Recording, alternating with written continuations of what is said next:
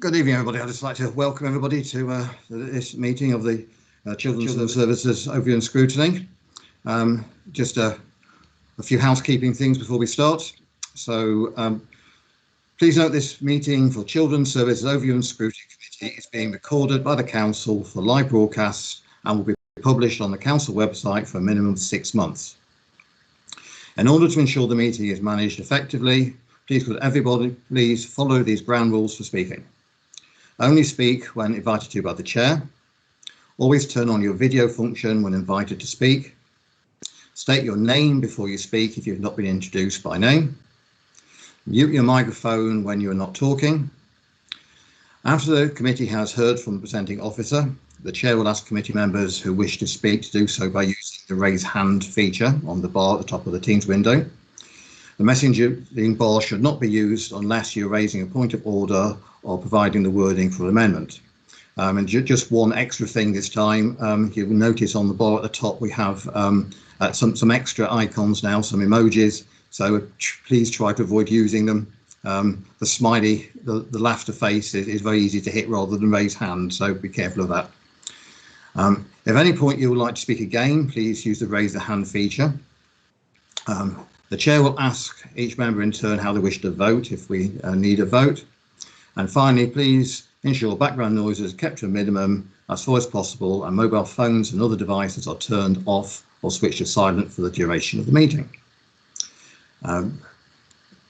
Before we go to agenda item 1, I'd just like to tell everybody that Neil Goddard actually left BCP recently, and I'd like just to thank him for his service if he gets to hear this, because I know he did a lot of work with Children's Services, and I'm sure we'll all miss him.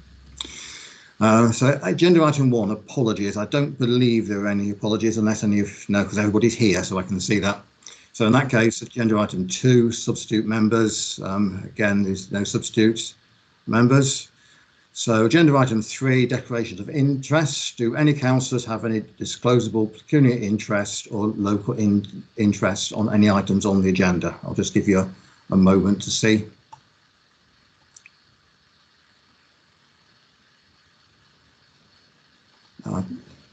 I believe that is probably none then.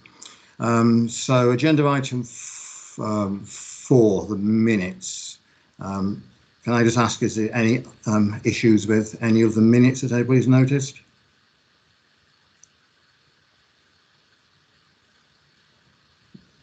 No, I'm not seeing anything, so we can take those as read. Then we've got the action sheet. Just one thing to bring to your attention on that. Number 114, item requested by a member of public for scrutiny. I had a conversation with Simon McKenzie this week, and hopefully we're going to bring a paper to the July meeting looking at the peer review document to do some work on that. I don't know if Simon is here, if he wants to add anything to that. I can't see if he is, but he's not here, Chair. No. So hopefully on July we'll be able to do some more work on that. Are there any other items on the action sheet that anybody has any comments on?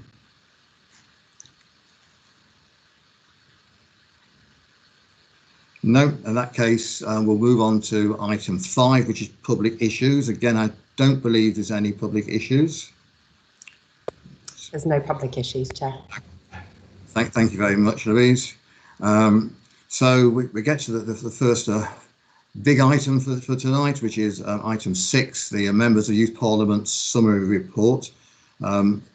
So this report is written and presented by the Members of the Youth Parliament. It is our opportunity to have an overview of what they have been achieved over the preceding year and look at the plans for the next year. And I know, looking at their report, they are very keen on the overview and not quite so keen on the scrutiny on this. So I think they're saying be gentle with them. It's over to the members of the Youth Parliament. I don't know who is presenting to start with.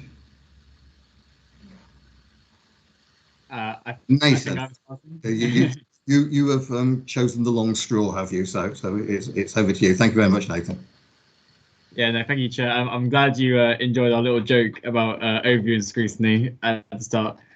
Sadly, at the moment, it seems that I am the only one on the call at the moment. So hopefully my other members of Youth Parliament join. But if not, you've got me delivering the presentation today.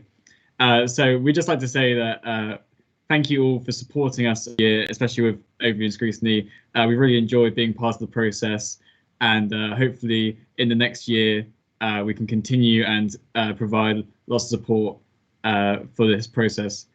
So the presentation we have today, which we've uploaded, is just demonstrating our successes over the last year. We had quite a rough start because, of course, when we were sold the role, we didn't know that COVID was going to happen. We were promised trips to Liverpool for our annual conference and the Houses of Parliament, but sadly, those have not quite happened. But we really think that we've done lots of great stuff in our community, and we hope to highlight that in our presentation today. So, is Georgia here? I think I've just got a message that she is here. Yes, I'm on. Sorry about that. So I'll hand over to her. Okay, You're welcome, and just take your time if you've only just arrived. Okay, thanks. We'll wait for you if you've only just, Don't worry, it's all good.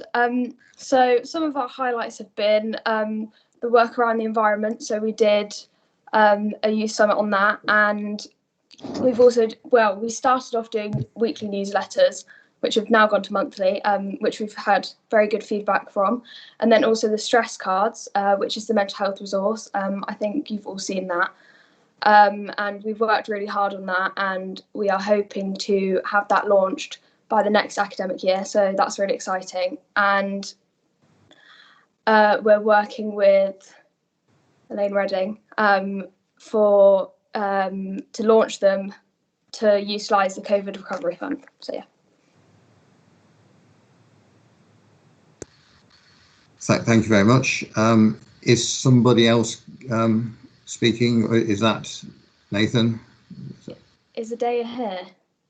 I think I just saw her joining. So. God, we haven't got it together. Hello. Hi, sorry about that. I had connectivity issues. Okay, well, welcome, Adea. Are you okay? Do you want to just a moment or two first, or? Oh yeah, 1 second. Sorry about this. That's okay. Oh yeah, so just basically for the next year of our campaign, we're going to be focusing on all our same campaign issues, and then also one more which Nathan is going to talk about. And we're hoping, yeah, like Georgia said, to launch the stress cards and also have like teacher training around it, and it come with the package so that teachers will know how to implement them into schools so they'll actually be used. Because what we don't want is them to be left to gather dust on a bookshelf or something. You want them to be like an active resource that people struggling with mental health can use and can help them overcome their mental health problems. So yeah, and also with the environment, we're hoping to do an environmental awards campaign next year, which we weren't able to do last year due to COVID. So we're hoping to implement that, which will involve like an eco council in each schools, and making sure that schools are held to account on like how they're using their recycling, for example. And yeah, so there's an award. We're hoping that it will actually motivate schools to be more eco-conscious.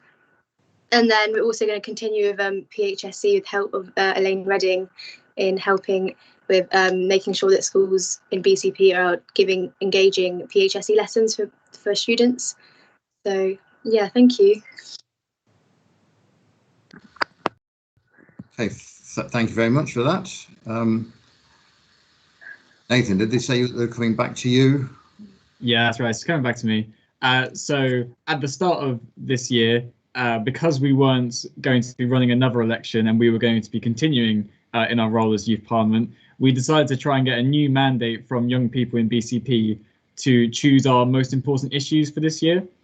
So by doing this, we held a series of debates online using Zoom, which was attended by Councillor Burton, Councillor White, as well as many other professionals in the industry.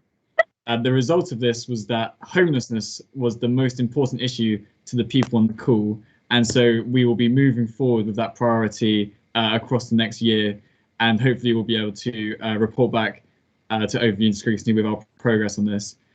We want to try and encourage more young people to take the issue of homelessness seriously, as well as promoting more opportunities for volunteering and jobs and skills in the area. So despite this year not being quite what we expected, we believe we've made a really positive impact in our community, and we've all felt that we've developed personally in our role, and we really look forward to continuing with that into the next year. Okay, thank you very much. Thank you to all of you. I mean, I would like to say that I very much enjoyed the debate that Mike and I chaired. It was quite surprising, actually, that we came up with, at the end with the voting for the homeless list, because it wasn't. Listening to the debate, I thought it was going to go for a different way. And I would also congratulate you, because I know, I think I'm probably also speak for Mike on this. It is quite stressful to do something like that when you're not quite sure who's going to turn up, and it would work. It did actually work very well. I know I enjoyed it. Now I know I've got one question. I've got a couple of questions, but I was particularly interested in the stress cards. I thought they were great. I really, yeah, they look like a very good resource. I just wondered, do you know when they're going to likely start to be used? And have you had any feedback from the schools whether they're wanting to use them? I'll probably answer this. So we're planning to have them in schools by September. And in terms of schools' feedback so far, we've had a working group of people from various schools who have gone to their teachers and had feedback, mainly positive feedback. Obviously, we've made changes where we've thought we needed to. So yeah. And also, could I add that also lots of teachers did say, as great as a resource as it was, it's all about like the training, implementation and promotion around them as well, to make sure they're actually being used. So that's why it's really helpful that Elaine Reading is helping us with that. So thank you. Yes, I mean, I would agree. It's that they're only as good as if they get used, aren't they? But I think the resources look really good. It's just a matter of the training. Eddie, you raised your hand. Yeah, thank you, Chair. It was just to say a big thank you to them all for the work they've done and the reports. But one thing I noted that was on their report, their list, but had no report, and I just wondered where it was and where they're going forward with knife crime. Perhaps someone can update us, and perhaps hopefully that's still on their, what I call their forward plan. Thank you, Chair. Thank you. I know one of you in particular was looking at the knife crime, weren't you? Nathan, I'm guessing it was you, just by my memory. Yeah, so I was in my election campaign to become MIP. I was one of the people who campaigned on knife crime, and what we found throughout the year was due to all the lockdowns and the disruptions, it was quite hard to get a campaign started. We spoke to lots of people, including people in Dorset Police and other charities and working groups. And although we didn't make as much progress with that as we wanted to this year, we're hoping that with our campaign starting on homelessness and also continuing with our PHSE, we're hoping to incorporate knife crime education within that, so that we can hopefully move that forward and create a better impact for that. Yeah, Good, yeah. thank you. Could I add? Oh, could I add something, Chair, if that's okay? Yes, of course, yes, please do. Oh yeah, so basically what we're hoping to by next year is to try and get the jigsaw plan involved in the COVID stimulus package. So hopefully be able to buy that for schools, because that jigsaw, like PHSE plan, was created by young people and is for young people, and in that involves lots of knife crime. So we're hoping that we can tie those two campaigns together to achieve better results, because obviously due to COVID, PHSE and knife crime are very difficult to do. So yeah. Thank you, Eddie. Does that answer your point? Okay. Yes, thank you, Chair. As long as it's not going on the back burner, and they've still got it in mind to keep what I call a finger on the pulse, that's great. Thank you. Thank you for that, Eddie. Sandra, I think you are next. Yeah, thank you, Chair. Yeah, well, I just wanted to say, a really big well done to the MYPs. I think the stress cards are particularly good, and I'm sure they're going to be well used. And if they're introduced in September, that is actually going to be the right time, because it's sort of like the post all these lockdown restrictions, that all the problems are going to come bubbling to the surface. So, September, I think is fantastic, and they are really, really good. When you read through them, you sort of think, maybe some employers ought to take up some of this. It's the right way for it. It's definitely the way forward, and I think you've done a really good job. So well done. Thank you. Do we have any other questions at all? No, I've got one. I'm just interested in the Youth Parliament and annual conference, because I know you was hoping to go to Liverpool. Did you say? It's a shame that trip never happened, and let's hope something happens similar this next year. So it was an online conference. I imagine. Can you give me some idea about the number of other local authorities involved, and how many other people were attending, and what you got out of it? Yeah, I think I was the only one who attended it on this call. It was me and my fellow MYP Sarah who attended, and the event was a debate on what should be included in the UK Youth Parliament Manifesto. So we create a list of ideas which we all as MYPs believe in, and then those are then the priorities that get put on the Make Your Mark ballot, which was what we based our debate upon, which happened last month. So personally, I put forward a manifesto to try and end school holiday food hunger, which got passed, which I was very happy about. About the amount of local authorities, I'm sure there were well over 200 MYPs on that call from all over the UK. There was Northern Ireland, Scotland, Wales, and England. And yeah, it was a good 2-day event. And although it couldn't have happened online, it couldn't happen in person, it was still great to do it online. Thank you. That's really interesting. Roberto, you've got your hand up. Yeah, thank you. Just a question, because I don't remember the name. She mentioned about newsletter. So I would be interested to know how they are linked to the young community, young people in a BCP area. So how many students, how many young people are involved in this working group discussion, proposal, and how are you keeping in touch with them? Do you mean in terms of the newsletter or our working group for the stress cards? Yes, both. I mean, Okay. as a newsletter and as a working group or meeting or other things, how many people more or less are involved in this type of activities? So the newsletter is usually just done by us, and we share that on our Instagram and Twitter and Facebook. And then as for the working group, I think we have about 10 people working on the stress cards, and that's people who have shown interest and got in touch. I'm trying to think who else are involved. We have the youth forum every other week now, and we usually have quite a few people on there. So I definitely say we do keep in touch with the young people we're representing.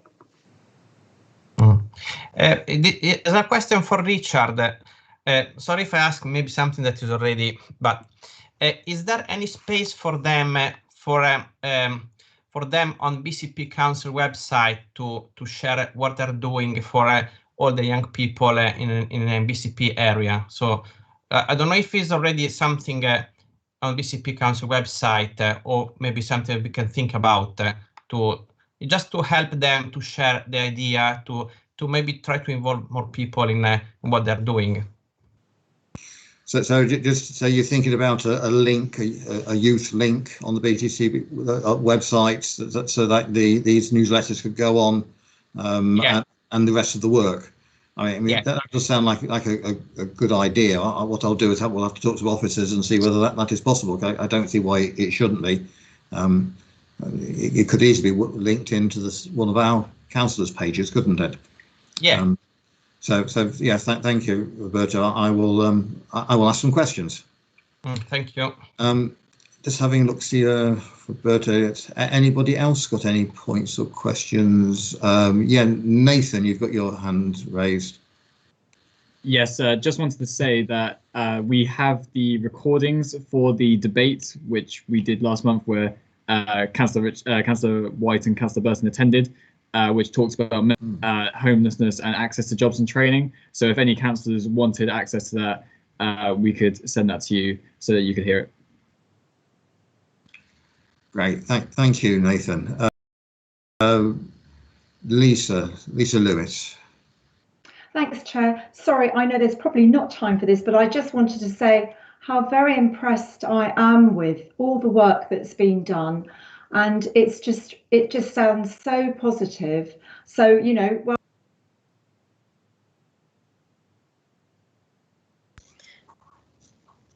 Lisa, your last few moments were on. Sorry. Yeah, no, you know, well done, everybody. Thank you. It's really good. Keep going.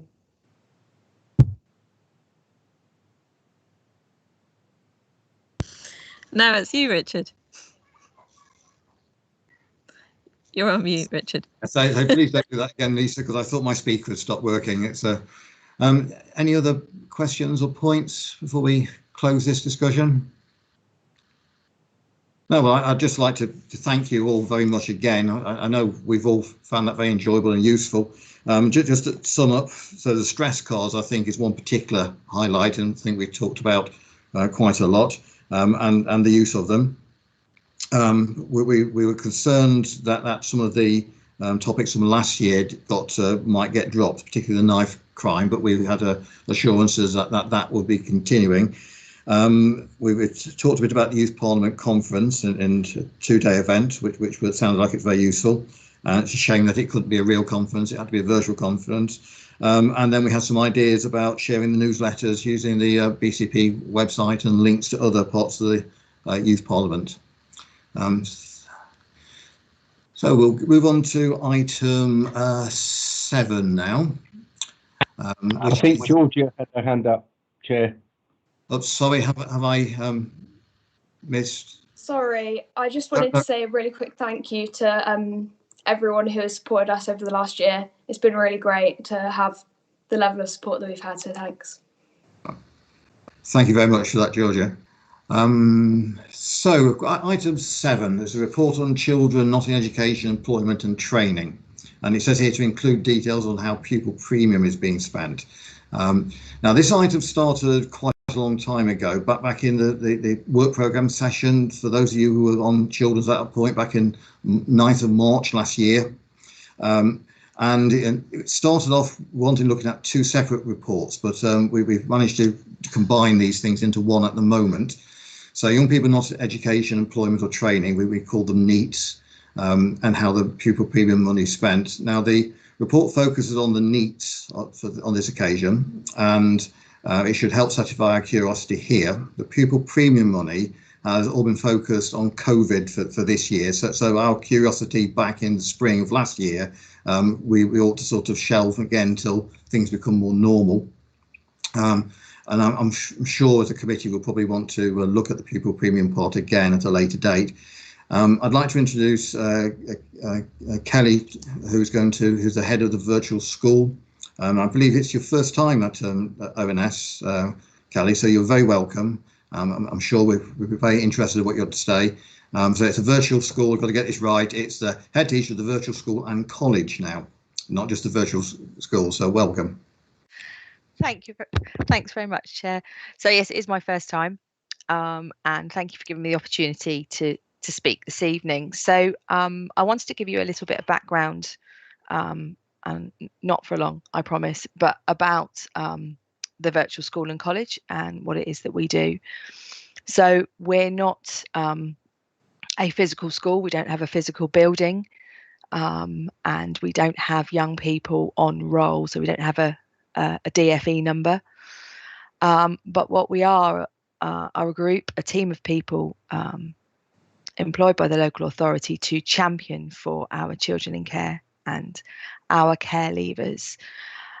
We work with young people from the term after they turn 2 years old, when they first become eligible for pupil premium, and we continue to work with those young people until the end of year 13.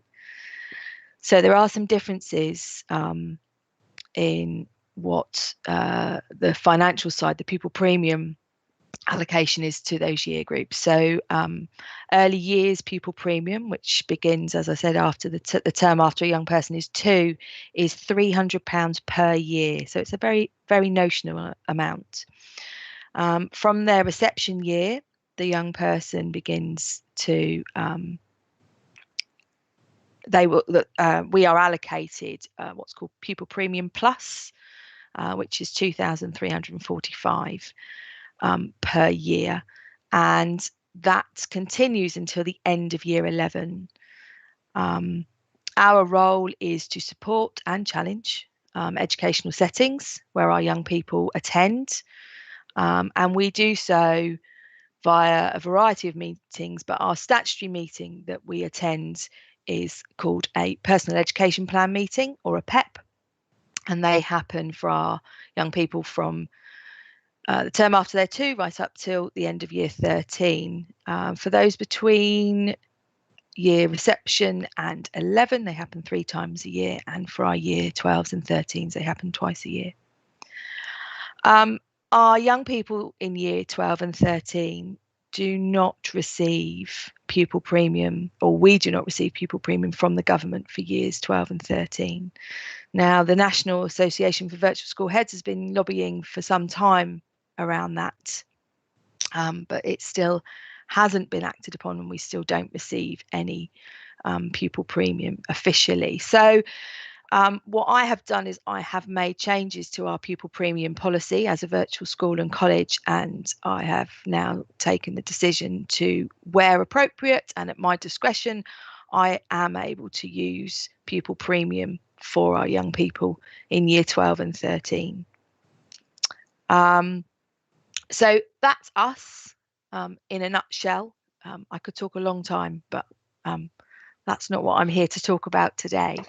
So the report that you'll have all seen and read talks about young people that are not in education, employment and training. And when we refer to, when we use that term, it is for young people over 16. So the points that I'd like to just bring to your attention from the report. So for BCP, we are looking very much for a clear and concise local offer for our young people that are not in education, employment and training. And we feel very strongly that we need to pull together some pockets of really good work that are going on within the local authority, but that need a little bit more of a strategic lead. They need some clear guidance. And that is what the report suggests is we want to do, and that is what we're going to do to move forward.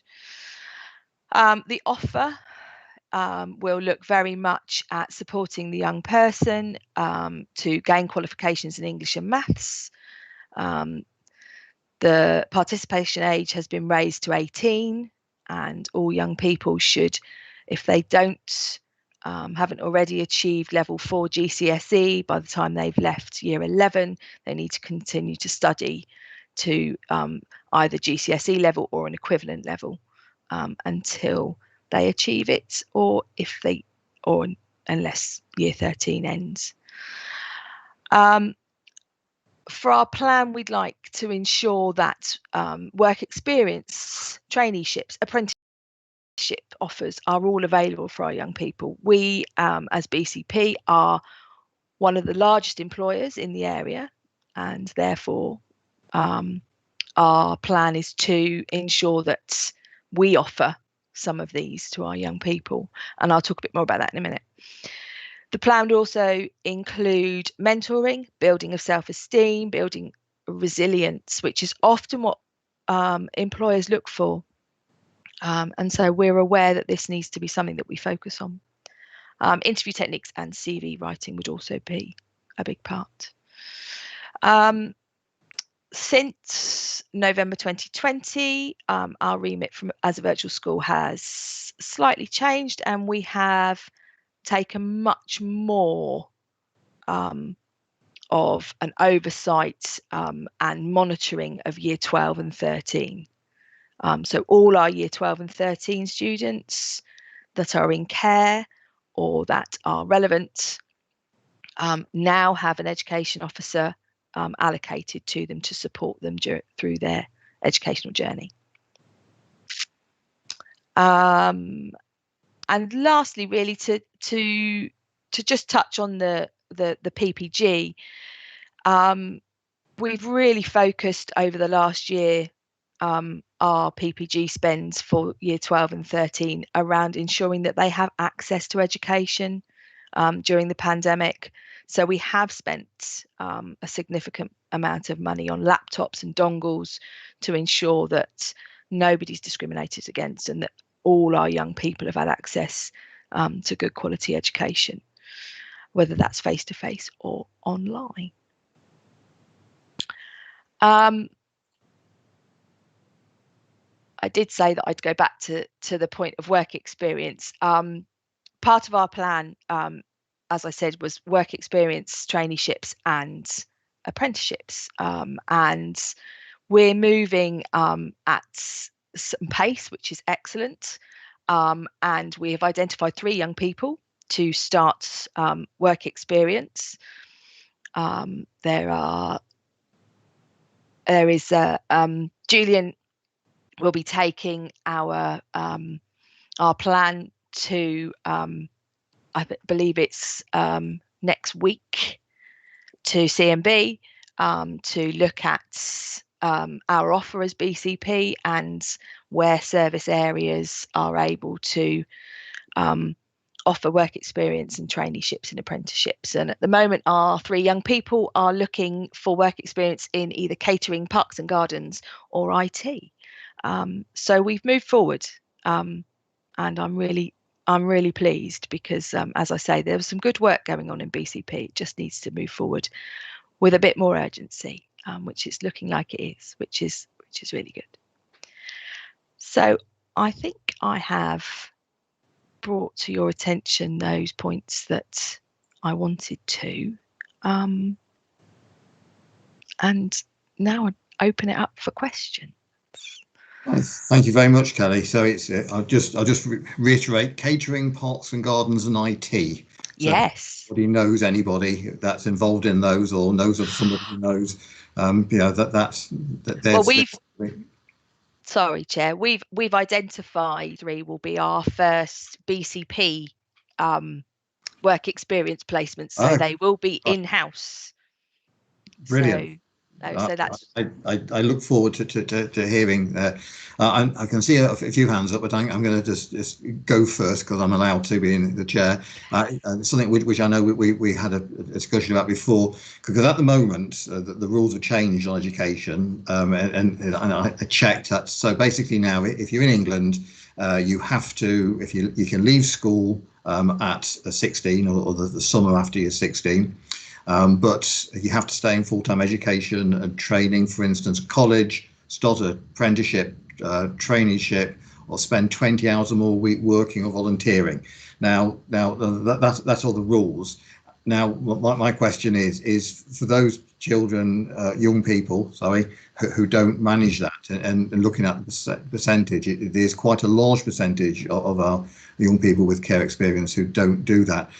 Other than the obvious, the missing out on that, are there any other problems or sanctions or put in their paths? So there are.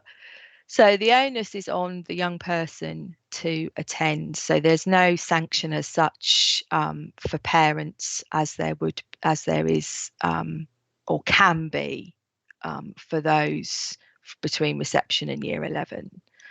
There are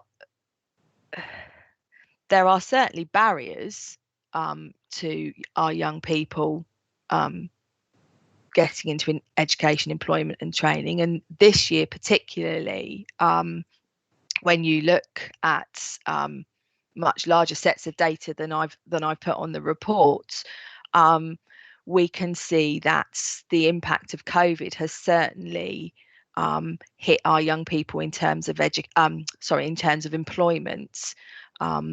We have a similar number this year to last year in education or in learning, but actually the number of those employment has fallen, and that's undoubtedly due to the pandemic and local economies. Thank you very much for that answer, Kelly.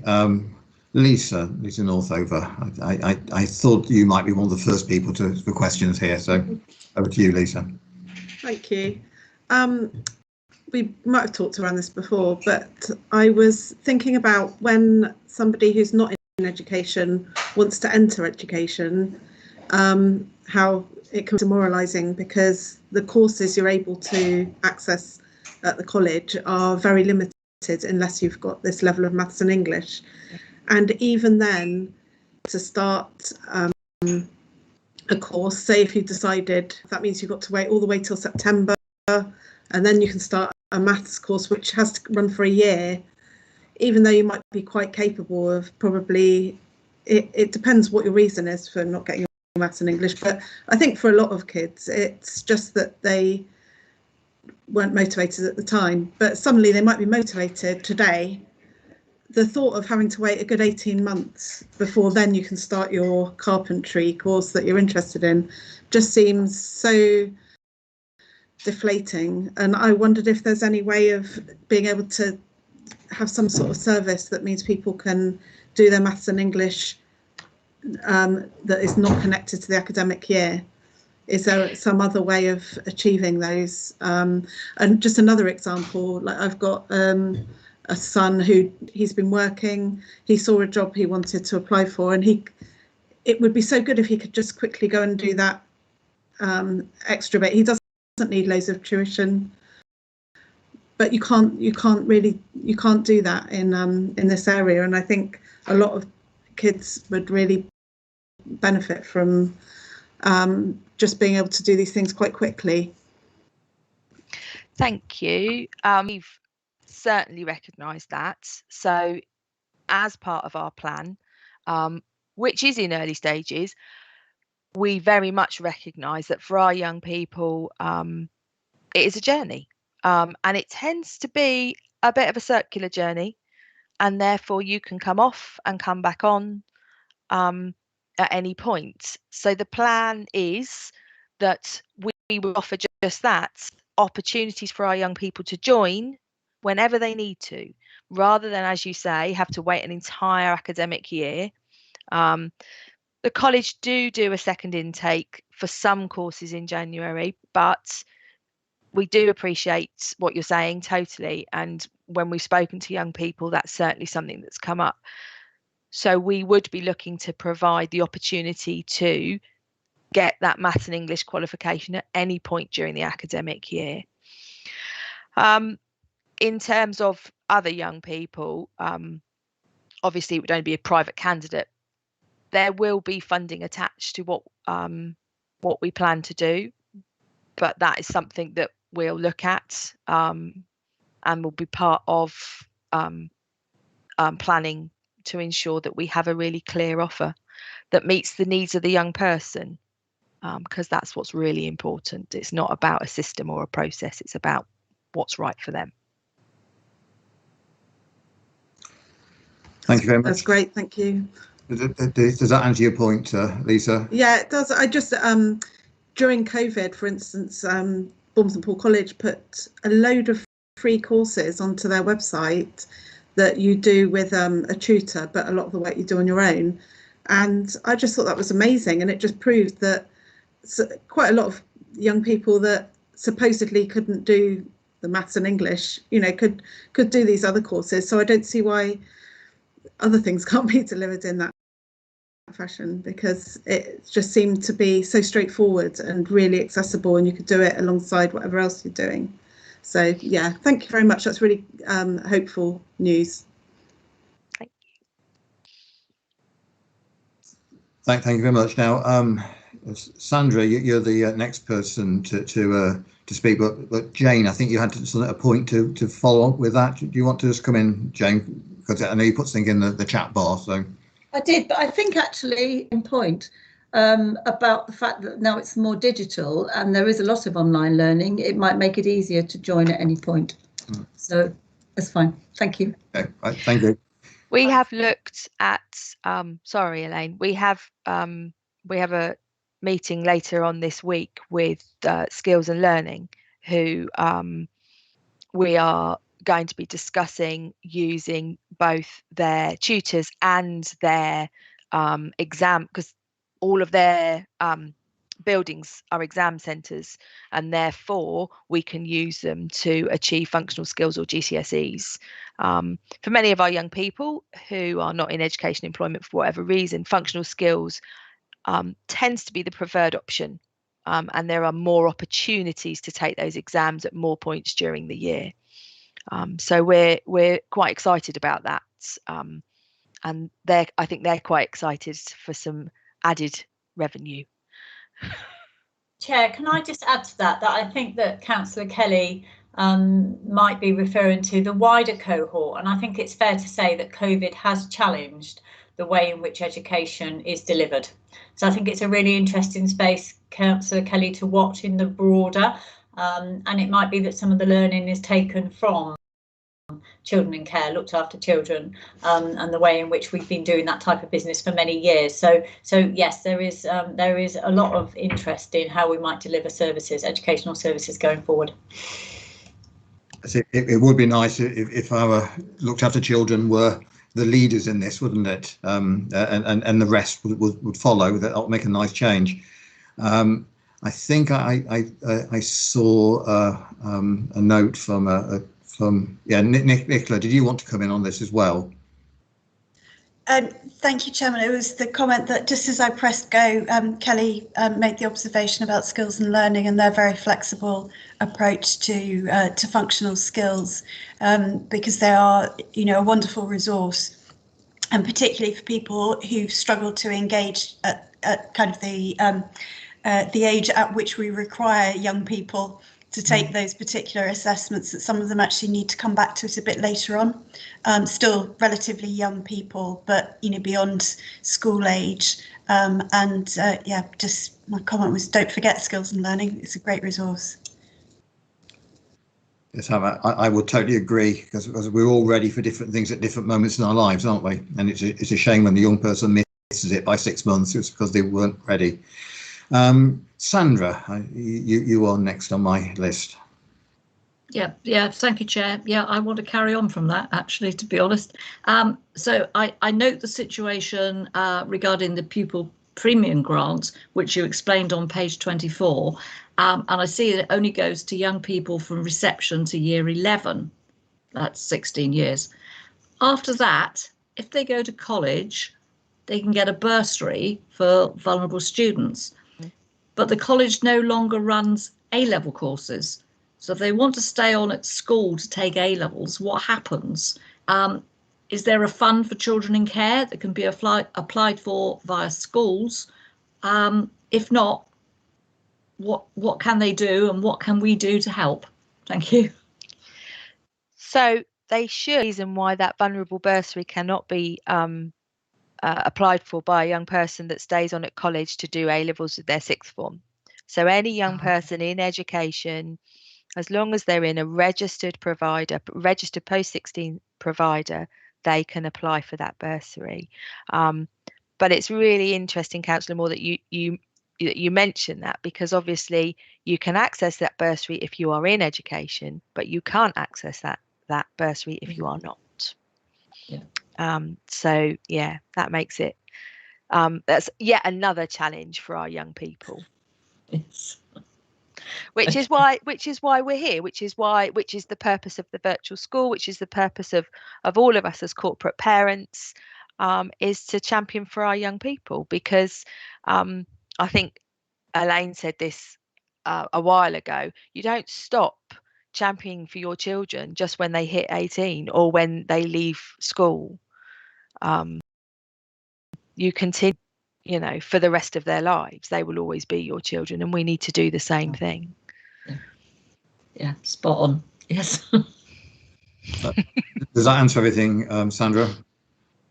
Yeah, it's just tricky, because if they don't actually, you know, want to engage at 16 to go into A level, you've got a problem. And in the past, you could go to college.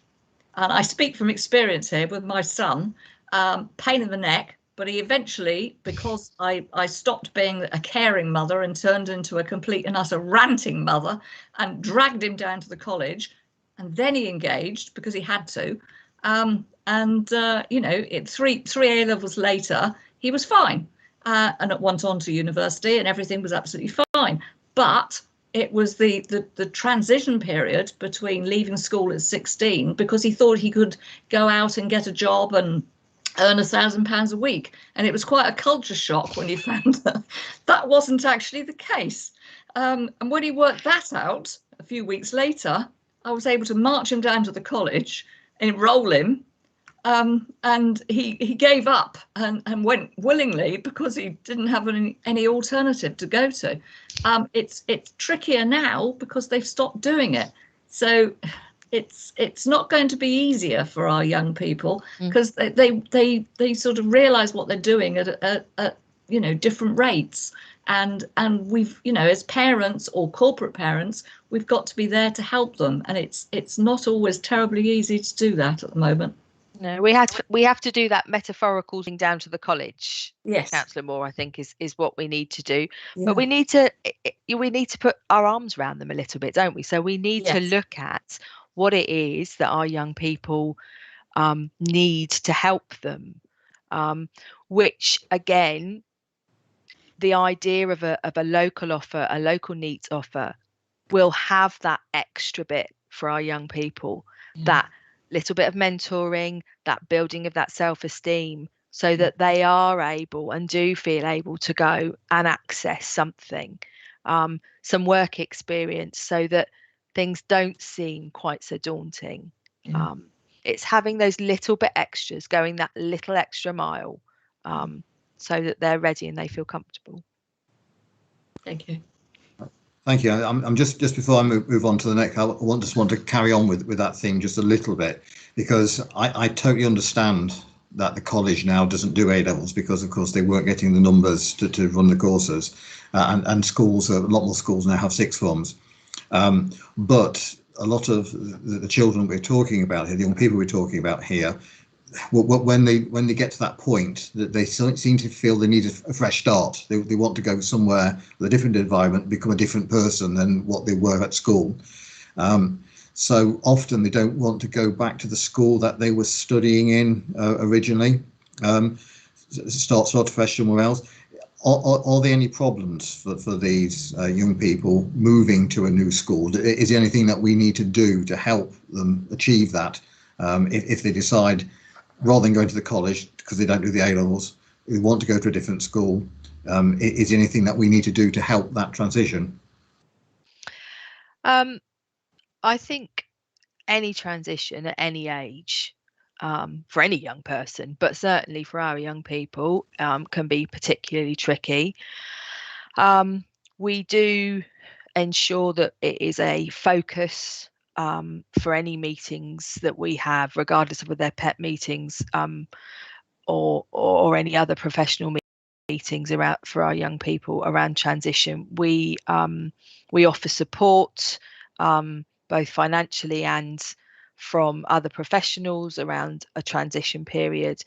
But there is no reason why any young person can't choose to study A levels at a different school if that's what they wish to do, or in fact go to college, not to do A levels, as you say, but to do a different course. So there are procedures in place that we use to make sure that we try and give all the support that we can to help make a transition quite smooth. We have specific members of the team that work with post-16. One works with specifically around sixth form colleges, and then we've got two that work with our young people that go on to do more vocational courses. And we would involve those education officers before they move so that there's a real smooth transition. No, I think we just need to continue to be mindful as professionals that our young people need support and that change can be a scary thing. Thank you, Kelly. Beverly, I know you put your hand up, put it down again and put it up, therefore you're the wrong order in the list, but I did notice. I'm going to come to you next. I'm sorry, Lisa. Thank you. No, I went to this, this broadcast thing keeps popping up every 2 seconds. And I went to click it off and click my hand down. Hello, Kelly. Hi. Right, okay. Can I first of all ask you to position this document for me? Because at the moment it obviously isn't a plan, it's an aspirational document. The plan presumably comes next, the detailed plan of what you're actually going to do, how you're going to do it, how you're going to measure it, evidence it, put KPIs in, that sort of thing. This is sort of this is what I'd like to do document. Well, I've already started, or we've started. So this was an ask to report on what we had used Pupil Premium for our young people that were not in education, employment and training. So the Pupil Premium over the last academic year has been very much focused around COVID and access to learning. However, on top of that, we, as corporate parents and SLT, have decided that there is a real need to support our young people that are not in education employment to reduce numbers. We know that it has a real detrimental effect on their mental health, on health in general.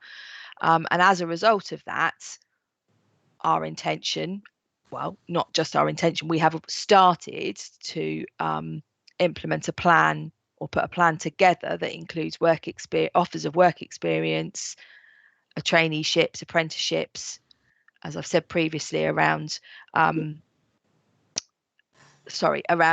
education for English and maths. I've got something that's popping up.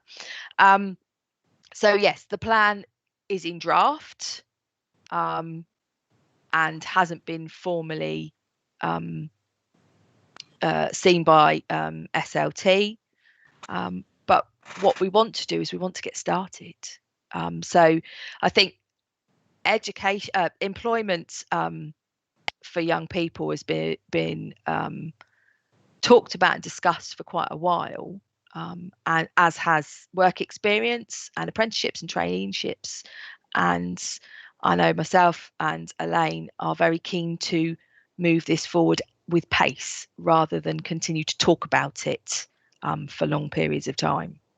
Okay, and I completely and utterly support those sentiments. I think it was Councillor Northover raised at the last meeting. We've been talking about, we've seen all this before. Those of us who have been councillors for, I don't know, many, many years have seen a lot of this before. So I think my question is, when do we actually, will you be coming back to us in the not too distant future with the actual plan that says, this is what I'm doing, these are the work streams, these are the number of children, this is how we're going to drive this down, this is going to be the evidence we produce, these are the successes we've had, this is exactly how we've spent the money? Because what I've got in the document here, forgive my left ear, I've got another screen, is this is sort of a rough of what we've done with the Pupil Premium. So that I'm kind of looking at, when do we actually get some documents and details and successes I'm sure you're going to bring back for us to actually scrutinise. That's one thing. But the other thing is, and everybody should know this by now, there's absolutely no equality impact analysis here. So how are you putting together the plan without knowing whom it needs to go to, what their needs are, what the priorities are in terms of that? So in terms of this report, or in terms of the NEAT offer? Well, in terms of the offer, the summary of equality implications at 24, it says minority groups are generally overrepresented in the NEAT cohort of young people and young adults, and improved NEAT offering will make a contribution to reducing educational and employment inequalities. So what I need to see here is the actual equality impact assessment that's been carried out before this plan gets put together, to know who it's going to be delivered to, how it's going to be delivered to them, which particular groups are the priorities. Has one been carried out, equality impact assessment been carried out yet? They're carried out, Councillor Dunlop, on individual children, because this is a cohort rather than a statement about equalities in the way in which the report template isn't lending itself, Councillor Dunlop, to what it is that Kelly's trying to articulate. So Kelly is demonstrating the offer, which is more robust, which will meet the needs of the cohort. I think your challenge, which is a helpful one, is when are you going to see the plan and when are you going to see the impact? And what Kelly, Kelly, forgive me, this is Kelly's first meeting at Overview and Scrutiny, so she's probably not as comfortable as I am, and I've got to know, and I'm the detail of the work that Kelly is undertaking is to do with the apprenticeships. That is the bit that, as you quite rightly said, there's been lots of talking about it and not enough action. So Kelly has started with that. So I think it's perfectly reasonable for you to ask to see the impact of that, because that is where the focus is going. Apprenticeships and ensuring that we have, as a family business, we are responding to our children and young people. I think that's absolutely the right challenge, Councillor Dunlop, and I think that's probably where we need to bring something back to offer assurance or not that we've gripped it. Okay, all right, thank you. Yeah, Kelly, I'm sorry, I'm trying not to give you a hard time. I really don't worry, it's fine. Thanks. Not a problem. So if I can sort of intercede there, so what we're basically saying is that this is what has been going on and where we're at now. A future report should hopefully Beverly answer some of those questions that you said, because it's a new journey. Sorry, Lisa, your hand's up next. I just wanted to say something with this because I'm intrigued about the money, the pupil premium money. Because you've said that these young people don't carry their own funding, and yet the funding is being generated for them because it's needed, which is a difficult situation to be in, because that funding's got to come from somewhere else, hasn't it? So looking at exactly the same thing, I think that Beverly was talking about. Where is this funding coming from, and what can be done to help this funding stream?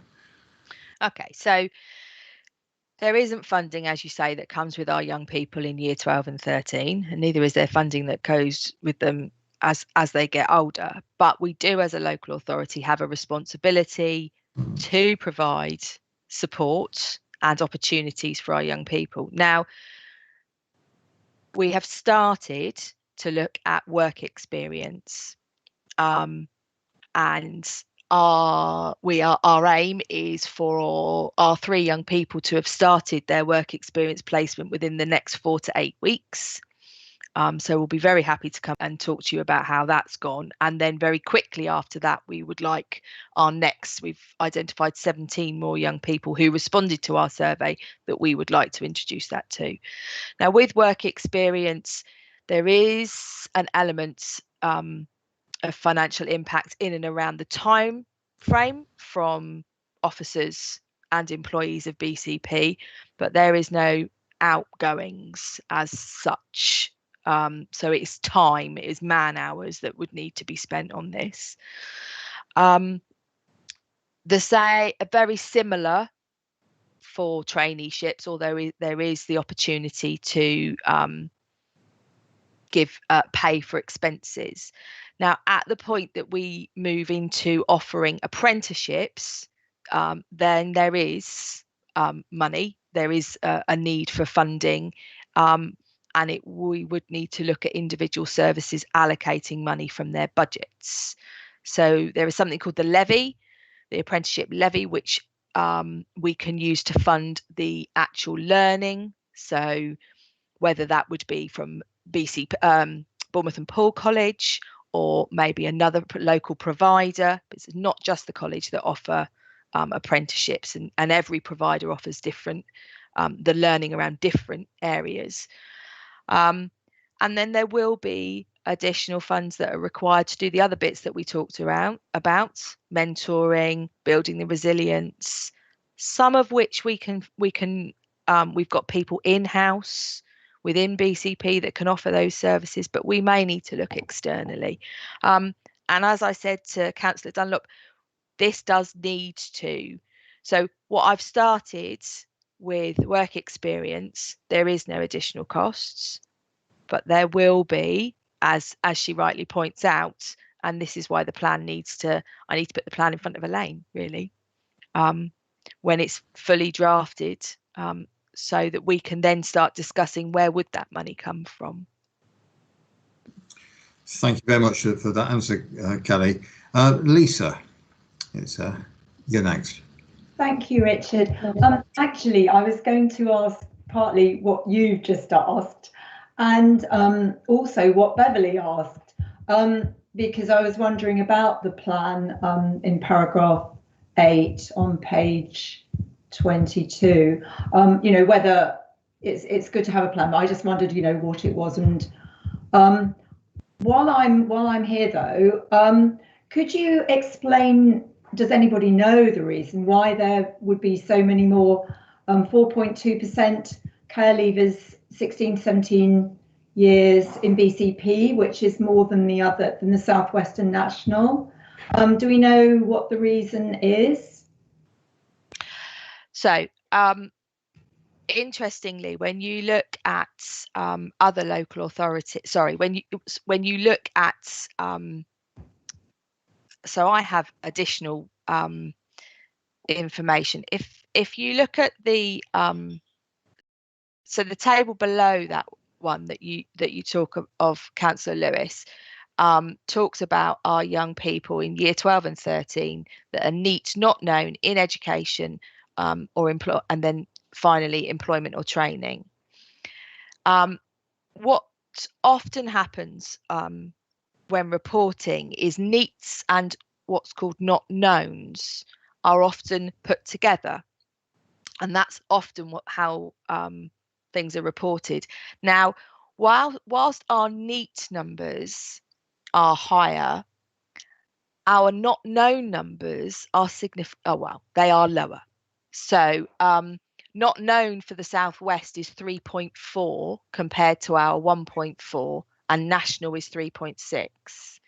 NEETs for BCP is 4.2, for the Southwest it's 3%, and for national it's 2.7. So whilst we do have a larger percentage of NEETs, we have a significantly smaller number of not knowns. Quite often those not knowns are NEETs. But actually, I see that as a positive. We know what our children are doing, and whilst we appreciate that they're not doing what we'd like them to be doing, we know who they are, we know what they need because we're in contact with them, and therefore we can support them. I'd be far more concerned about the not knowns if that was the higher number. I mean, I don't want any not knowns, and we have no not knowns in the virtual school. So this is the wider cohort that we're talking about. So I hope that answers. Yes, it does. Thank you. Yes, so it sort of evens out, and as you say, it's better to know what they're doing, even if it's neat, than actually not know. Definitely. Yeah. Okay. Thanks very much. Thank you, Kelly and Lisa. Fiz, I noticed you put a question in the chat bar. Do you want to ask that question?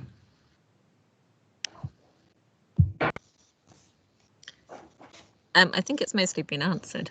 It has. Okay. Right. So, has anybody else got any points or any questions?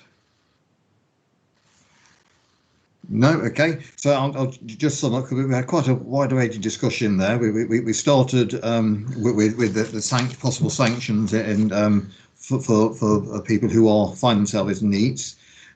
We've looked at the delays of starting maths and English courses and the idea of a circular journey, and looking at ways of getting young people to be able to take the qualifications they need at the point of time when they need to do it. And we also talk about functional skills. We got a lot more understanding about the bursary money, which sixth form pupils can access in the problems achieving that if they're not in education. And we talked about this document going into a plan, and it's likely to see the plan in the future, because I know my feeling is that we are very interested in this. And the funding and the budget levy and the funding that might be needed in the future as we move on further through this plan. So just to bring us back to what we need to do. So I've got the recommendations from the document here. Just check we're all happy with these recommendations. So recommended that support is given to the development of a comprehensive universal NEETs offer for young people in BCP between the ages of 16 and 24 who need education, employment and training, and that vulnerable young people, including children in care and care leavers, are made a bespoke offer, and re-engagement programme for those young people that are NEET is developed and implemented. So can I ask, is anybody unhappy or has anything to say about that, or can we all support it? Agreed. Yep. Right, in that case, I agree as well. Susan Phillips. Right. Thank you. I think we all agree then that we'd love to support it. And thank you, Kelly, and thank you for doing a really nice presentation for your first time to Children's O&S. Thank you very much, Chair.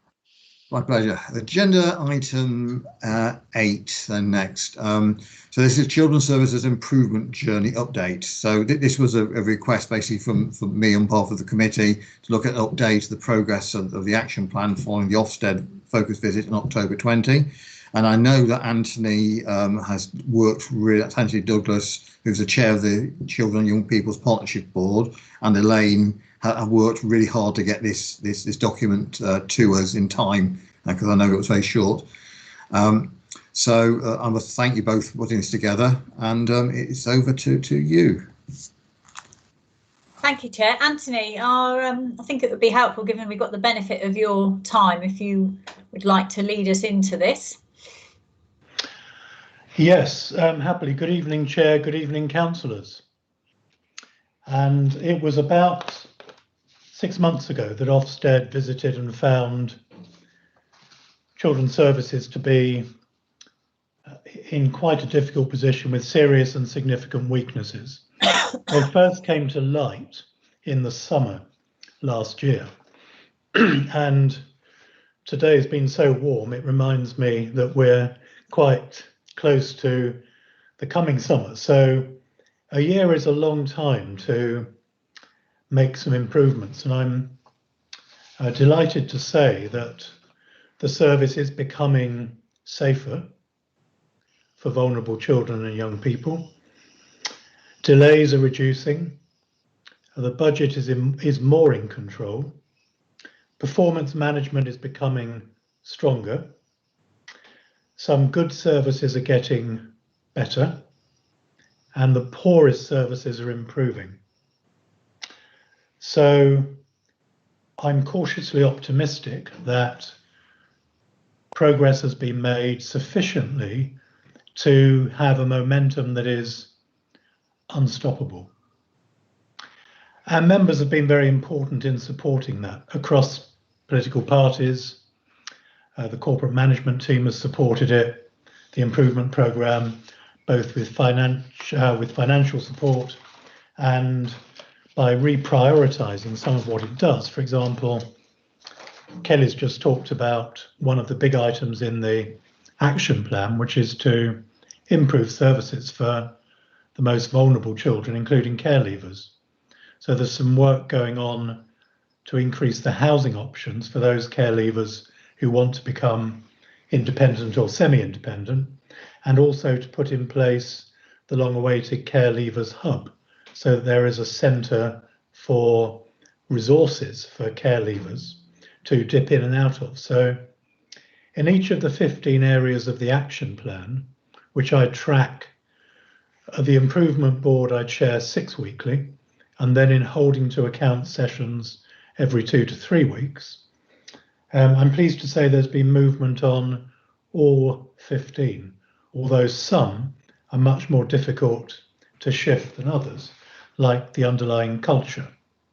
But as you heard from Kelly and from Elaine, in relation to the last item, there is a stronger culture of urgency. And that's important, because for every child in this situation, every day matters.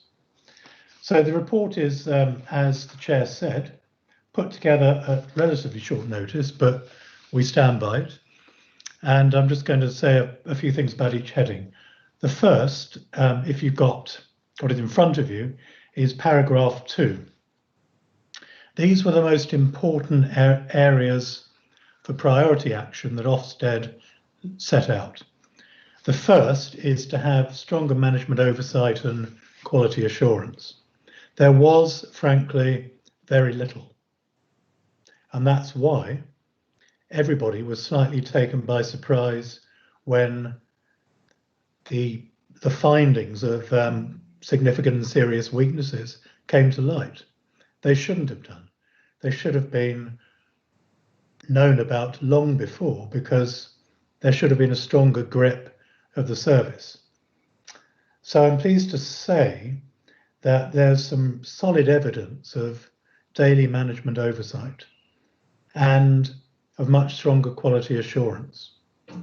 There have been a significant number of audits or practice learning reviews, and they all show some improvement. Some, like the MASH, the Multi-Agency Safeguarding Hub, show significant improvement. And the data about early responses, referrals being triaged and dealt with on the day, and going into the right team. They were often going into the wrong team before. So that's been a real sea change, which has been a pleasure to see, because the position we were in 6 to 9 months ago was extremely uncomfortable, not just for children and young people, but for everybody involved with the service. And the second priority action was the quality, including the application of thresholds, the quality of assessments, and cases going to the family courts. And again, I'm pleased to say that because of the appointment of a case progression manager for the court cases and the appointment of experienced service managers who understand the quality of assessments, those have started to move as well. We've called it being in the eye of the storm. It's been at times extremely uncomfortable. It still is in many ways. You don't get through that kind of situation and out of it the other side very quickly, but you do have to make week by week and month by month progress, which is being made. So the next two headings, the timeline for improvement. Just some reassurance about that. We started in the monitoring with a RAG rating system that had almost exclusively red ratings. Red not being a bright sky tomorrow, red being the worst of all. And I'm pleased to say we've now shifted that to still some red, but a significant number in amber and some in green.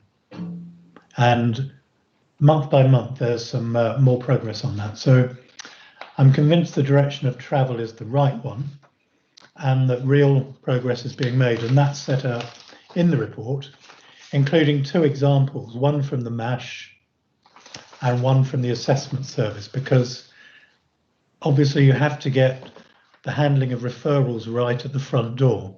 If it's wrong when it starts, it's very hard to claw back. And that's where inspectors always look. They check what's happening as soon as a referral comes in. There have been some examples of outstanding work. I should say that. Outstanding work in child protection, outstanding work in some of the OT services, outstanding work in some life story work. And I've seen some examples that are better than or as good as you'd find anywhere. So the fashionable jargon is levelling up. We've now got to level up to the good and outstanding work in the service and to make that the majority work. And we do need to be a little bit quicker. I'm bound to say that in my role, which is to drive forward rapid improvement. But I must say, when I've challenged various accountable officers about the pace at which they're working, they have all responded pretty quickly. Now, responding quickly and convening meetings isn't the same as making things happen. So there's still, I think, a cultural tendency to judge success by having a plan or having meetings about delivery.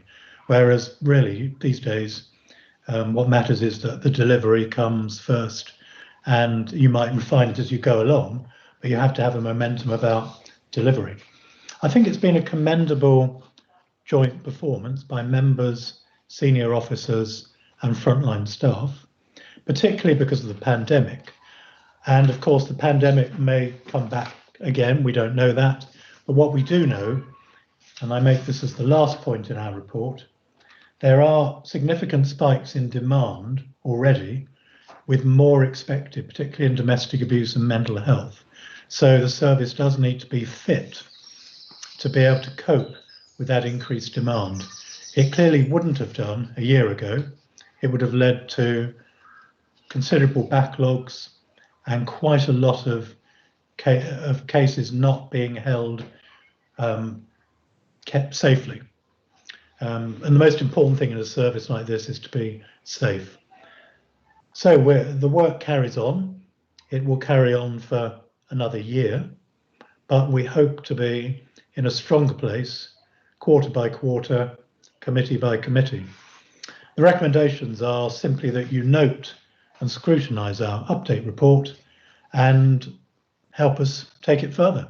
But I'll pass to Elaine to add her points. Elaine. Thank you, Anthony. I've just caught some bird song, and it was reminding me that we are on the. So I don't know where that's come from. I do apologise. In my I know it's absolutely lovely because what it's not something you can turn off. No, but it was reminding me of the fact that we are in the eye of the storm, but I am also predicting that we will be out of the eye of the storm by early summer, and by early summer I'm calling that June. We probably all got our own definitions of early summer, but I'm calling it June. And the lightning won't strike twice, and we won't be revisiting the situation we were in last November. And the staff are absolutely, and I've used this word before in committee, and it is one that I think will stand the test of time. And I've got plenty of scrutineers to hold me to account for that. But they are absolutely relentless in their pursuit to get better services for children and young people, and that's whoever sits across the child's journey. We have all kinds of staff supporting us, and that without that energy and commitment and the leadership team, being able to stay buoyant, even at times, as Anthony has said, referral rates are starting to go up. That's not unique to BCP. That is as a result of us coming out of the third lockdown. We are still responding. We are not reacting. This is a very different feel. It's a storm that we're navigating out in a calm and measured way, but it is not a reaction. And I think that the work to get us to a place where we're not reacting and we're thinking, systemically about how we want to respond, particularly in the education landscape, which we talked about last time at committee, is placing us very well for the sustainability of the improvements that will continue, because ultimately you want to get to good. That won't happen in this inspection, but it is something that would be within the gift of a subsequent inspection. So I want to say thank you. I want to encourage the conversations outside of scrutiny about where we are and what we're doing and how we're doing it. We do find that really helpful to us, particularly the conversation we've just had around NEETs and getting on with the plan. So that triangulation between you can write something, but actually the challenge for all of us is doing it, and that is what my colleagues are doing. They're getting on with it. If that means retrospectively we're writing it up, then so be it. It's more about the doing than it is about the narrative and the words. And I just want to say about I think Nathan might still be here, but it's been an absolute delight working with young people, both from corporate parenting and from Youth Parliament, on issues that affect them. But more importantly, the challenge that they have put to us has meant that we've not been required to respond as officers, which in itself has been challenging, but actually just to support them to do what they know that they need to do. And that culture change is really significant for any local authority, to get to a place with young people and young adults where you're having conversations around what is it that we need to be doing, and then saying to them, well, off you go then. What can we do to help you deliver on that? So I'm cautiously optimistic too, and I am pleased that the Easter break is coming up, because the staff do need a break, and we're getting some feedback from children and young people that they are feeling safer. So it's a good time to have a break, because our staff can hold on to something that they've done in a positive way. And so I don't want to say any more than that, Chair, and I don't know if I've answered. I don't think I've spoken from a technical point of view. I've spoken on a very human level about being the DCS lead in this service. So apologies if that hasn't answered the exam question. I'm very happy to come back on any of the technical questions. Well, thank you very much, Anthony and Elaine. I mean, I do like the levelling up idea, Anthony. That's a term, because to level up you do need it's something to level up to, don't you? So identifying some good and outstanding work which other people can learn by and aspire to, I think is great. And I just want to be clear with the eye of the storm, because the eye of the storm is that quiet moment. As the first wave of the storm has gone over, you get a quiet moment, and it all kicks off again. So let's hope that's not what you mean. It's not going to get windy again, is it, very soon? But if I could just start the questioning, I'm looking at page 28, the improvements. Much greater level of performance management of below par work mentioned in the improvement grading. Can I just check? Is it 4-point grading system? Yes, it's inadequate, requires improvement, good, outstanding. So the standard Ofsted sort of, yeah. So we talked about the audits of practice reviews. So a lot better. And how many are those done? Is it a lot of them, and how many were done before?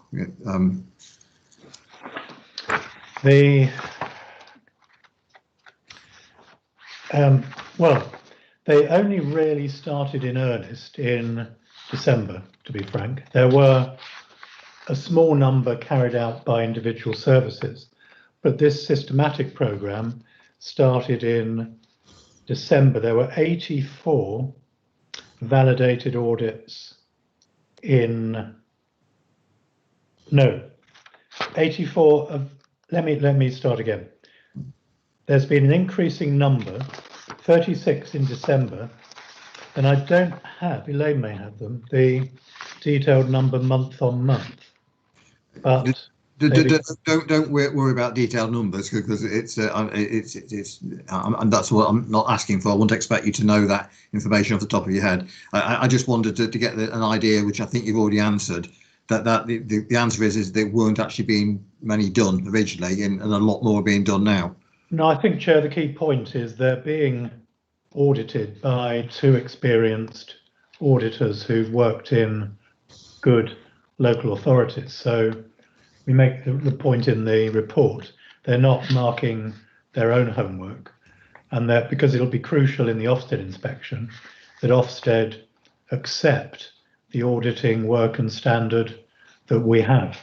If they think we're glossy or we've cooked the books, they'll mark us right down. So this is why it's so crucial. But these two independent audit managers are very tough cookies, and I'm convinced their methodology is robust. Okay, thank you for that, Anthony. Jane, you were first on raising your hand. Yes, sorry. Thank you very much, Anthony, for your excellent presentation. Following on from our looking at your partnership plan last meeting, this is really good work, and I can't imagine how much work it is for you all, really, Elaine and yourself and the team, to make the improvements that you had, and we're really, really grateful for that.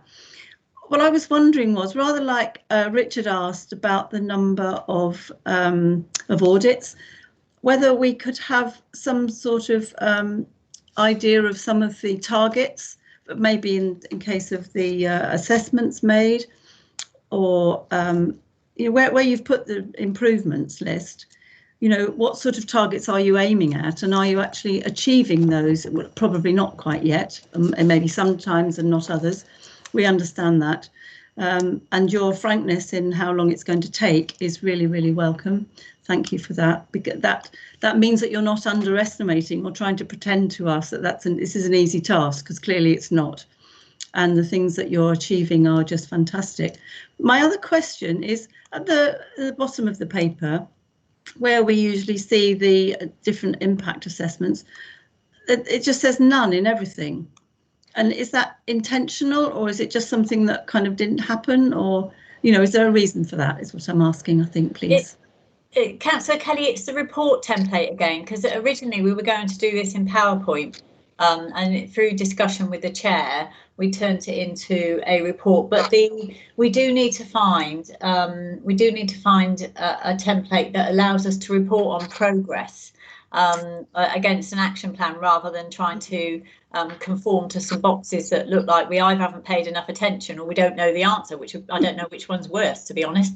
But I can assure you that is not the case. It's an update against the action plan. And actually, I'm wondering, Anthony, if we could bring the key performance obsessions here as a way of you tracking some data, and I think the data will make sense to you the more that you get the richness of the narrative of where we are. So I think we should be able to do that. Anthony, what do you think? No, I agree, Elaine and Councillor Kelly, that perhaps you'd like a technical report. I think that would be helpful. Yeah. Which would cover all of those grounds, all of those angles, and you're quite right. We turned the PowerPoint presentation into a report with, I think it was about half an hour's notice.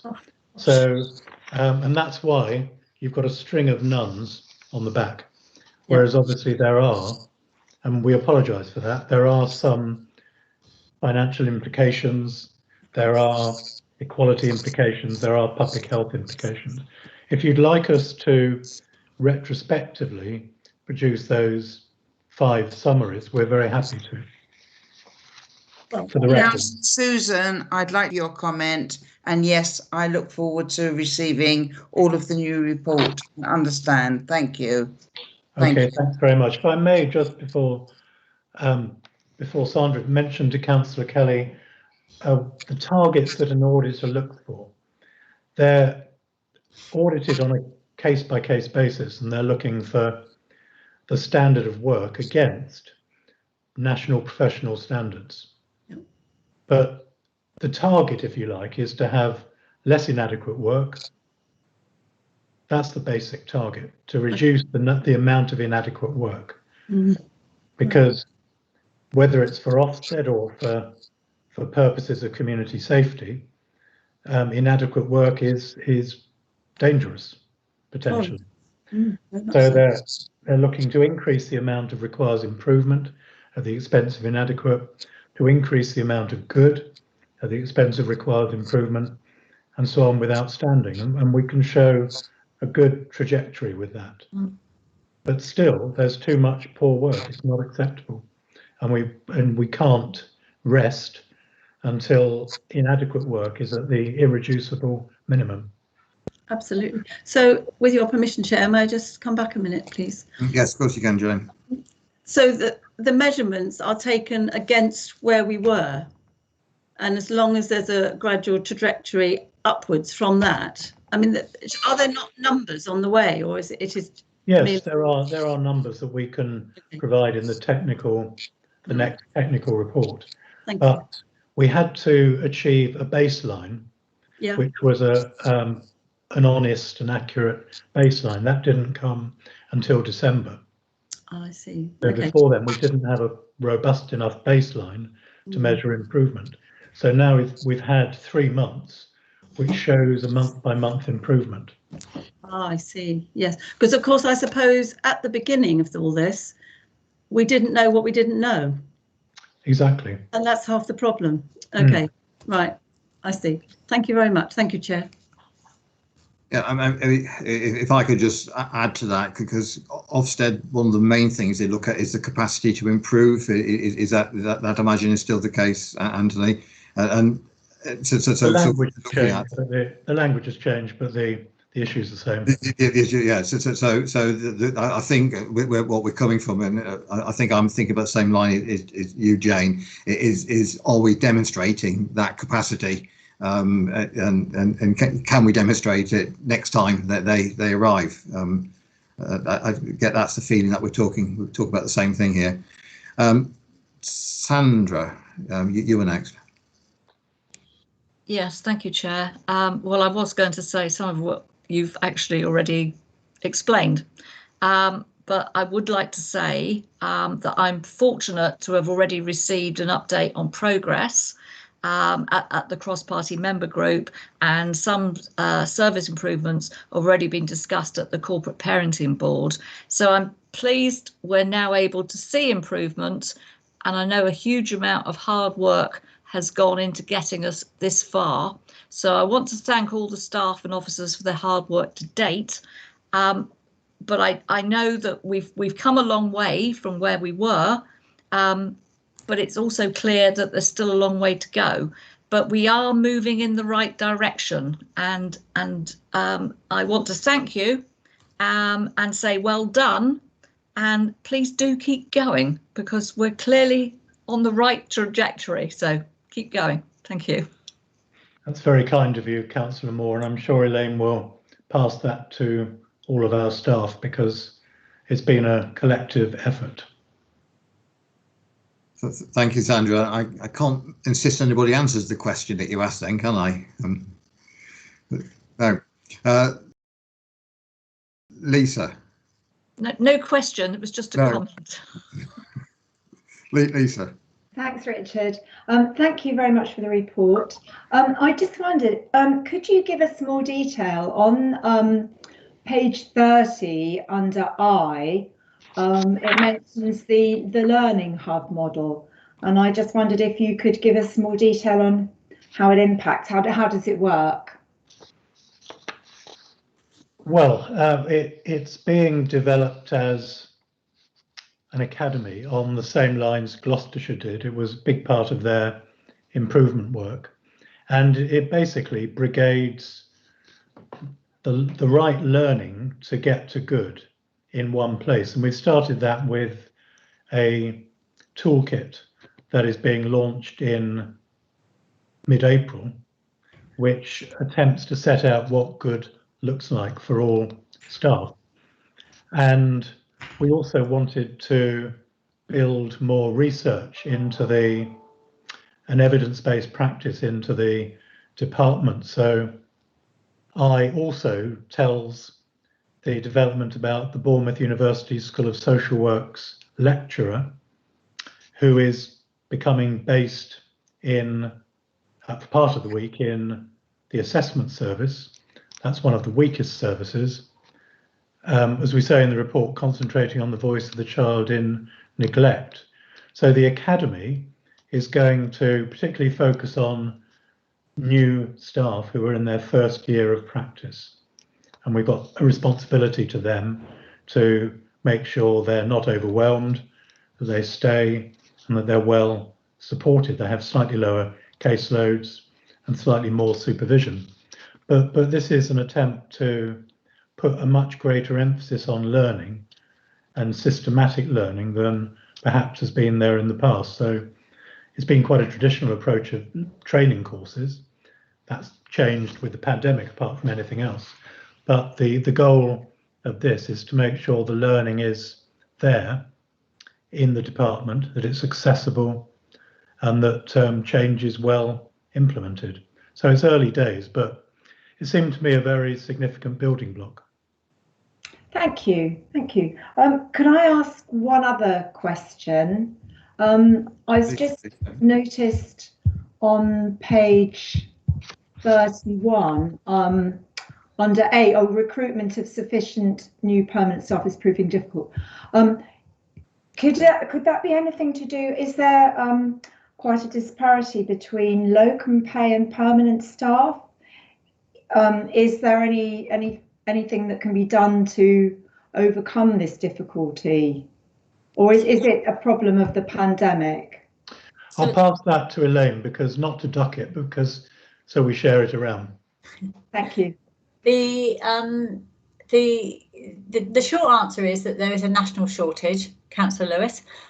We have a particular challenge at this moment in time because actually the pandemic, it depends which way you want to look at it. So because working from home and the agile way of working, it has afforded opportunity. So we have 3 senior managers, permanent senior, they've been recruited since post Ofsted, that don't live in BCP but are able to manage the commitment because of the nature of agile working. So there are some advantages in terms of the way in which we've changed working practices.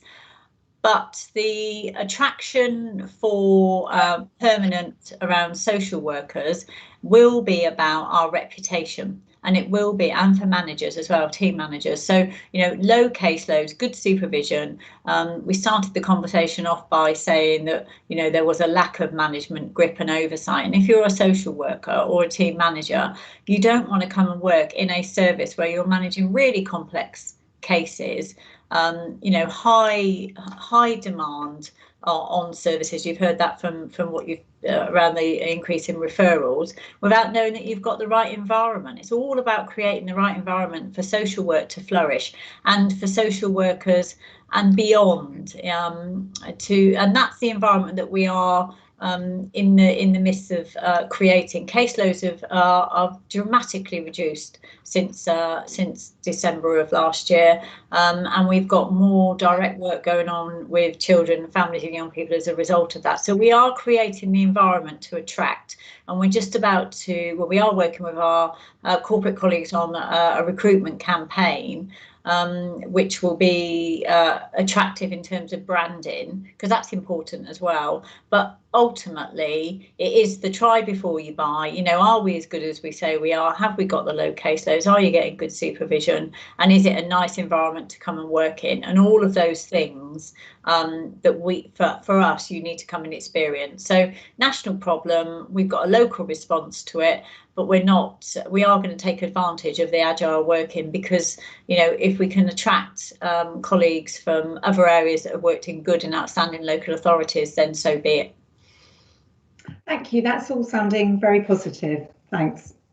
We've had some good success, Councillor Lewis. I mean, it's right that we've highlighted on the report that there's still more to do, but we have had some success. And the recruitment and retention payment that all members have supported through the budget process has been effective as well. Great. Okay. Thank you. Thank you very much. Just want to check in, Susan. I'm not sure, might have missed your hand earlier. Did your point get covered? I don't think my hand was up, but thank you for checking. Okay, right. Just this one final question from me. It said about the challenges ahead, insufficient evidence that the changes are being translated into improvements to the lived experience of young children.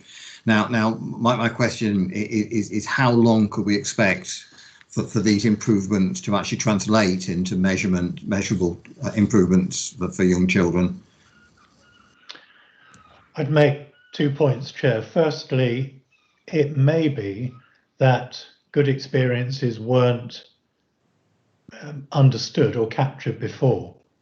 So it's been a little bit of a feedback desert. So there's something about straightforwardly asking children and young people and families after the involvement with them about, has their life been made any better as a result? Often you can't solve huge problems, but you can make a contribution. So I think partly it will be the asking, and then unquestionably it hasn't been a sufficiently child-focused culture. So I think as the culture becomes more child-focused, reducing delays, for example, if you're waiting 6 months for something, and now you're waiting 6 weeks, you will be inclined to be more positive. So I think there's two things that I don't yet see the evidence. I suspect it's there, and we just need to find a way of brigading it properly. Okay, thank you very much for that. Anybody else got any comments before I sum up? I'm not seeing any more. Could I just, Chair, ask you one question before you sum up, which is just to be clear about whether we can produce a technical report that is data rich on the same issues and include the financial equality and public health implications in that, rather than retrospectively in the report tabled today. Would you be happy for the next technical report for the next committee to feature all those summaries on the back? So, I mean, personally, I would just have a look at the committee, see if there's appetite for a technical report, because technical reports are I agree with that, Chair. Susan. Thank you, Susan. Jane. Thank you, Chair. Yes, I'd be happy to see that. It's pointless going back to the one you've already done. Let's move on. I don't want to give you double the work. It's silly. Thank you. Could I just ask Anthony one more question? When you were answering my question very fully, thank you, I think you mentioned an action plan. Is this action plan, is this the same plan that we saw last time, the Children and Young People's Partnership Plan? No, it's I think you've had the action plan before then. Yes. This is a 15-point action plan. I think, Elaine, it went around. Yes, it came to the first overview and scrutiny after the focus visit, Councillor Kelly. Okay, all right, that's fine. I'll look back then. Thank you. I'm very happy to send it to you again, Councillor Kelly, if that's easier. Be really helpful if I'll do that. I'll do it tomorrow. Yeah. It's just to make clear, a number of the councillors have said in the chat bar that they would be very interested in that as well. And Jane, you're right. We get so much documentation, and you're going to be getting some more coming after this committee as well. So if you have nothing to read one evening, I can provide you things to read. Thank you. Thank you very much for that. So just to sum up then, because we've actually talked about a lot of things, so I hope I don't miss anything out here. We started off with talking about levelling up and the term and the fact that we were happy to see that we have something to level up to, as it were. I shall go past the eye of the storm, I think, and the numbers I don't think are particularly useful for the summing up. We talked about the levels of grading and the number of audits and the fact that they're happening now, and we can see improvements there. We talked about the key performance. We looked at how to see the implementation of the data, and that we talked about bringing some more data back, which we've just covered again. The learning hub model, the toolkit, and learning from that. We had quite a discussion and explanation about. Then we went into looking at the costing and of permanent staff compared with agency staff, and what we're doing to get more permanent staff and make it more of an attractive place for permanent staff to work. We finished with talking about measuring input for children, the fact whether it is actually there, but we weren't measuring it, and hopefully we'll be able to measure it and see it in the near future. So again, thank you very much, Elaine and Anthony, and I would admit it was that meant that you didn't do a PowerPoint rather than a report, and I'm sorry that caused you some problems. I just know in the past when PowerPoints have been presented to children's ONS, the councils haven't liked PowerPoints. They like a report to read, but it didn't work out for you so well this time. But so I will apologise for that if it's caused you some extra work. Item number 9, portfolio holders update. So Nicola Green, portfolio holder, update on COVID. If you are okay with that, Nicola. Thank you, Chairman. I was going to speak in the context of COVID rather than to COVID specifically, if that's acceptable to you. And there are 2 things really that I wanted to highlight to members of the panel. And the first is, and this really is a co-production with Anthony, and thank you very much to him for bringing this forward. But we are going to be undertaking an appreciative inquiry on the subject of inclusion, a general piece of work looking to work with schools to find the state of the nation in one sense, and where there's some really positive practice that we can look to roll out, so that we can frame that whole discussion around inclusion to minimise exclusions to the irreducible minimum, which is Anthony's very helpful phrase on the subject, but to do so by including as many people as we can, speaking to schools, finding out what the issues are for them, and also finding out what practice we might look to take forward. Because clearly that's a real priority for this administration. Members of all parties have been immensely supportive of that, and also through the budget process have allocated a substantial fund towards capital projects to aid our inclusion drive. But clearly you shouldn't start building until you know what you need. So this is a sort of an early sight at what is going to be quite a broad and it's a knotty problem. Let's be clear. If it had been easy to fix, it would have been fixed by many people over many years. So that's a piece of work going forward. But I wanted members to be aware that that's going to happen. Some of you school governors may be receiving a letter, or your schools will be receiving a letter from Anthony very shortly, setting up the terms of reference for it. And we will be taking it forward through April and May. So that's really a bit of work programme. But I wanted also to cite members who wouldn't necessarily have attended virtually or not the most recent Health and Wellbeing Board. And you'll be aware that we, when the administration changed, we decided that we wouldn't reinvent the wheel and wellbeing strategy, because it's been very extensively and in some depth consulted on before. But where we did make a change was that the 2 priorities with which we agreed for the Health and Wellbeing Board to drive forward were addressing food insecurity and food poverty, and also addressing mental health. And what we thought was, rather than address one and then the other, we would like to run the 2 concurrently. So the I think work on children and young people's mental health came to this panel last time round, so I think you're very well cited on that. But what you might perhaps be a bit less well cited on is the work around the Action to Food Partnership. I have to say I was really struck by the energy in the virtual room at the Health and Wellbeing Board, with all the partners engaging in this really important issue. But it's one that we haven't always been very good at talking about, and what we need to do is call it what it is, it is food poverty, there is food insecurity, and we need to be clear that members of our communities are facing this very regularly, and in many of those families there will be children.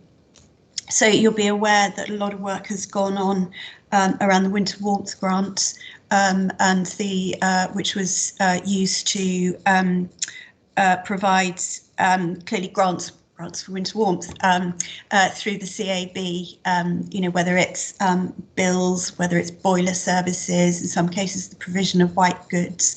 That's being rolled forward. We've been given some more money, and that's being used to address some of those sort of perhaps less obvious issues for children. So, you know, if a child's not been at school for a year, they may well have grown, and school uniform can be an issue. So schools being the best placed agencies to address that. That's being taken forward through schools. And if you would like me to provide a written report to you just for noting about what has gone on, perhaps in a bit more detail about that grant, then I'd be very happy to feed back in that way. But I thought it was a really nice joining up of the work of children's services and the whole children agenda and the health and wellbeing agenda. It was an incredibly energetic meeting. We had everybody, GPs, obviously a lot of health partners around the Health and Wellbeing Board table. Seeing Councillor Kelly's cameras gone on, and she was able to talk to us about asset-based community development and the role that that has to play in building on the food partnerships which are going on across BCP. There are so many agencies involved, but I wouldn't like members to leave in any doubt that there is to go away with the idea that there is a scattergun approach. Far from it. It's very well coordinated, it's extremely well targeted, and all those agencies are identifying what it is that they can do, and they're absolutely running with it. So we had offers from the hospital to work not only with people coming into the hospitals, but clearly they employ a lot of people, and a lot of those staff have families and they live in our communities. So to use that as well as their own purchasing power to consider how that might work. So, you know, a multi-layered approach from the hospital, and I single them out perhaps unfairly, because all the other agencies that were there absolutely get why tackling food poverty and food insecurity is a real issue of importance, and something that we collectively can do something about because it impacts on the children. So, Chairman, I will get off my soapbox, having used your meeting to do that as my role of as chair of the Health and Wellbeing Board. But I thought it was something that members of this panel really need to be cited on, and to know that you know, the work advocating for the needs of children across our conurbation doesn't just rest with this panel, but you are well supported in other work that's going on. Thank you for that, Nicola. It is nice to see the joined up thinking in the way things do link together. You just so Adaya, you just raised your hand. Adaya. Yes, I have. It's really great to hear about the emphasis being put on food security, especially with the debate. After the debate, all the young people who attended voted that homelessness, which links to food security, was their priority for our campaigns for next year. I was just wondering, how could young people be involved in that? Because the overarching consensus from the debate was many young people wanted to help combat food insecurity, but they didn't know how they could get involved with community engagement and help with that. So is there any way that we could reach out to young people to, you know, do volunteer work and help with this this dire issue? The short answer is I know the people who might be able to help, Adaya. We've got a thriving voluntary sector but, you know, and we must thank them for all the work that they've done. But again, it's something which is coordinated. It's not just somebody going off and do something and not understanding the outcomes. So I think if I may, I will take that offer forward to the Community Action Network and see whether they have a particular stream of work around young people in terms of that volunteering offer. And also to the Access to Food group, which, while it's a group, it's a collection of many, many different agencies. So there's the faith sector very involved in there, many other, I'm sorry, I don't have the list of partners to help, but I think they would well be able to help. And if I may, if the chairman will permit it, but if you would be happy, Adea, I'll take that offer forward and find the right way to feed back into the Youth Parliament. That'd be really great. Acceptable to you, Chairman? I think that is a good idea because it's signposting in the right direction for doing the volunteering, which is important for many reasons. I would also just like to champion the DofE that they do a lot of volunteering. Of course, Duke of Edinburgh will hopefully start back again in the near future. So that is another source of volunteering. If I might, I think it's really important to say that we've had a lot of young people who have been supporting the vaccination programme. We perhaps don't say our thanks often enough, but there have been some quite young volunteers. You know, clearly there are some issues that need to be of training, but there have been some, you know, yes, young people out there helping to get jabs in the arms of the rest of the population. So we must make sure that we note their thanks in terms of the more general ones. Yes, I would totally agree, and it's very nice seeing the young people involved in that sort of thing. It shows a nice community spirit having the vaccination. I'm just coming, Lisa Northover, you had your hand up a few minutes ago and it went down. Can I just check, was that a mistake or have you got a point? No, I thought of something, but I think I can just email Nicola anyway. Please do. Okay. Okay, any other points to be, or questions from members? In that case, thank you very much, Nicola. That was a very enlightening. Thank you. I shan't try to sum up on this one because it was actually all what you said, really, isn't it? The only one thing I've written down here is the combating food and food security is something that we talked about quite a lot. Just come to item 10, items for information. So this is where your homework comes in. It's something to read at night. There are going to be several items sent out for circulated after this committee in the next number of days. Just in the way of trying to keep items for information away from the committee so you can read them on your own time rather than taking up time during the committee. There's the report on the Send Improvement Journey is scheduled to come to the June committee, just so that you're aware. Comes on to number 11, the forward plan. Any comments on the forward plan? We've just added a few extra things to it tonight, I believe. Are there any other comments?